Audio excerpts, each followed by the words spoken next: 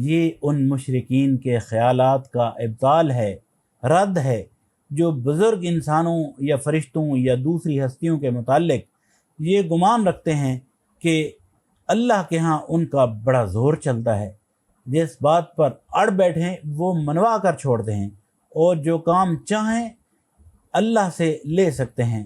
انہیں بتایا جا رہا ہے کہ زور چلانا تو درکنار، کوئی بڑے سے بڑا پیغمبر اور کوئی مقرب ترین فرشتہ اس بادشاہ ارض و سما کے دربار میں بلا اجازت زبان تک کھولنے کی جرت نہیں کر سکتا۔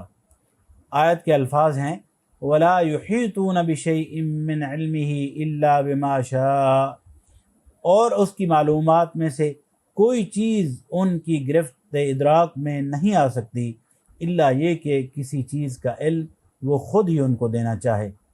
اس حقیقت کے اظہار سے شرک کی بنیادوں پر ایک ایسی ضرب لگتی ہے۔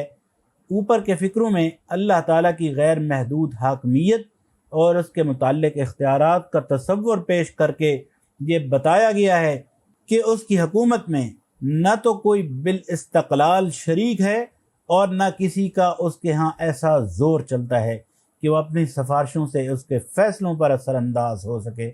اب ایک دوسری حیثیت سے یہ بتایا جا رہا ہے کہ کوئی دوسرا اس کے کام میں دخل کیسے دے سکتا ہے جبکہ کسی دوسرے کے پاس وہ علم ہی نہیں جس سے وہ نظام کائنات اور اس کی مصلحتوں کو سمجھ سکتا ہو۔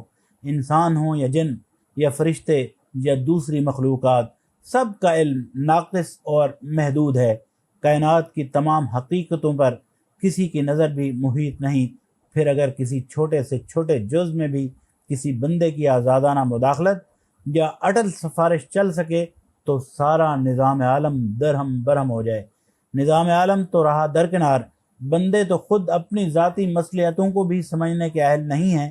ان کی مصلحتوں کو بھی خداوند عالم ہی پوری طرح جانتا ہے، اور اس کے لیے اس کے سوا کوئی چارہ نہیں کہ اس خدا کی ہدایت اور رہنمائی پر اعتماد کریں جو علم کا اصلی سرچشمہ ہے۔ آیت کے الفاظ واسع کرسی السماوات والارض، اس کی حکومت آسمانوں اور زمین پر چھائی ہوئی ہے۔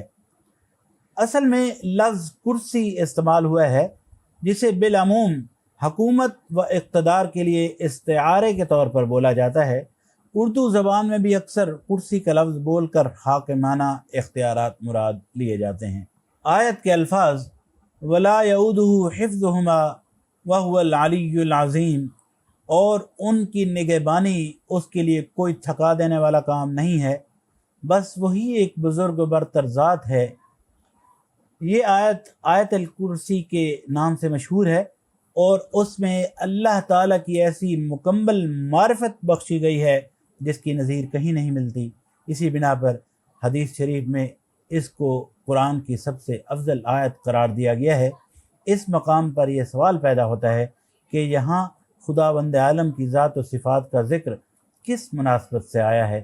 اس کو سمجھنے کے لیے ایک مرتبہ پھر اس تقریر پر نگاہ ڈال لیجئے جو رکوع نمبر 32 سے چل رہی ہے۔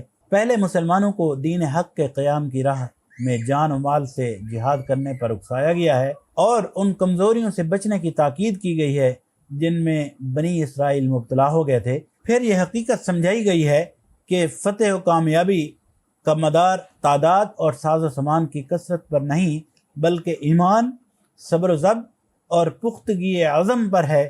پھر جنگ کے ساتھ اللہ تعالیٰ کی جو حکمت وابستہ ہے اس کی طرف اشارہ کیا گیا ہے، یعنی یہ کہ دنیا کا انتظام برقرار رکھنے کے لیے وہ ہمیشہ انسانوں کے ایک گروہ کو دوسرے گروہ کے ذریعے سے دفع کرتا رہتا ہے، ورنہ اگر ایک ہی گروہ کو غلبہ اور اقتدار کا دائمی پٹا مل جاتا تو دوسروں کے لیے جینا دشوار ہو جاتا۔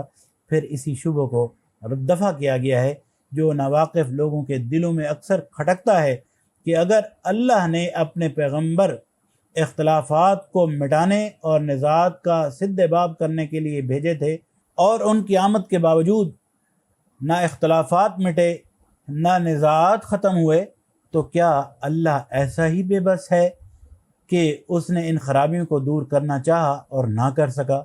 اس کے جواب میں بتایا گیا ہے کہ اختلافات کو بجبر روک دینا اور نوع انسانی کو ایک خاص راستے پر بزور چلانا اللہ کی مشیت میں نہ تھا، ورنہ انسان کی کیا مجال تھی کہ اس کی مشیت کے خلاف چلتا۔ پھر ایک فقرے میں اس اصل مضمون کی طرف اشارہ دیا گیا ہے جس سے تقریر کی ابتدا ہوئی تھی۔ اس کے بعد اب یہ اشارہ ہو رہا ہے کہ انسانوں کو عقائد و نظریات اور مسالک و مذاہب خواہ کتنے ہی مختلف ہوں، بہرحال حقیقت نفس الامری جس پر زمین و آسمان کا نظام قائم ہے یہ ہے جو اس آیت میں بیان کیا گیا ہے۔